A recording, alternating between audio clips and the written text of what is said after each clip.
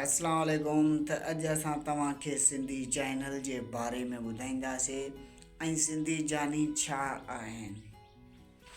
सिंधी जानी जो मतिलबु आहे त सिंधी जेके बि आहिनि उहे सभु मुंहिंजा जान खां वधीक प्यारा आहिनि ऐं हमेशह रहंदा।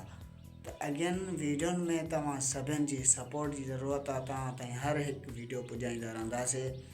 सिंध ऐं सिंध जूं ॿोलियूं ऐं सिंध जे हर हिकु सॉन्ग ऐं सिंध जे हर हिकु नात सां तव्हांखे असां इंटरव्यू कराईंदासीं। तव्हांजी वॾी वॾी महिरबानी थींदी जॾहिं असांजी सपोर्ट कंदव। महिरबानियूं लख थोरा तव्हां सभिनी जा। हिन वीडियो में तव्हांखे हिकिड़ो शाइर सां अॼु असां तव्हांजे लाइ हिकु शाइर शाह साहिब जे बेत ऐं हमद सां तव्हांजी हीअ वीडियो तव्हां ताईं पहुचाईंदासीं। त हिन वीडियो में असांजो हिकिड़ो नंढो शाइर आहे। अलाह करे तव्हां सभिनि खे क़बूल अचे ऐं पसंदि अचे।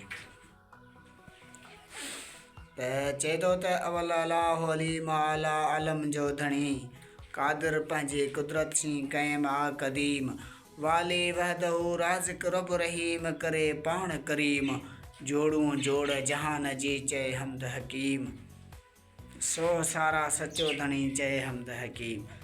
त मुंहिंजा भाउ जेका बि ग़लती हुजे त अॻियां वीडियो में कमेंट करे असांखे ॿुधाइजो ताकी हर ग़लती बि तव्हांखे असांजी नज़र अचे ऐं असांखे उन्हनि ग़लती जी बि ख़बर पवे। तव्हांजूं वॾियूं वॾियूं महिरबानी। वीडियो में तव्हांखे असां हिकिड़ो नंढिड़ो शो ॾेखारींदासीं छो जो त पहिरीं शुरूआति आहे सिंधी जानी चैनल में। त असांजे हिन सिंध में कहिड़ा कहिड़ा मेवा बि हूंदा आहिनि ऐं कहिड़ा कहिड़ा ॿुधा बि हूंदा आहिनि। त अचो त तव्हांखे ही मंज़र बि ॾेखारियूं ऐं तव्हां ॾिसी सघो था त हे अहिड़ा अहिड़ा मेवा ऐं वण टिण बि हूंदा आहिनि। हिननि में ख़ुशियूं ऐं ख़ुशबू बि बहितर ऐं ॿोलियूं पखियुनि जूं तव्हां हींअर बि ॿुधी सघो था ॿोलियूं। त इहे ॿोलियूं आहिनि पखियुनि जूं।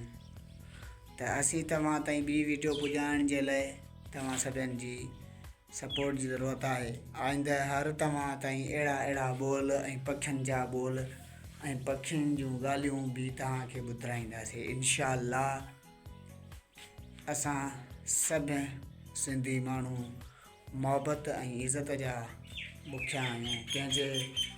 कंहिंजी कुर्ब कचहरी में वेही तव्हां सभिनि खे असांजे हर हिकु शख़्सियत जी ऐं हर हिकु सिंधी शख़्स ऐं हर हिकु सिंधी माण्हूअ जी तव्हां ताईं लाज पहुचाईंदासीं जेके अॼु बि हिन सिंध लाइ विड़ी विया ऐं सिंध लाइ क़ुर्बान थी विया।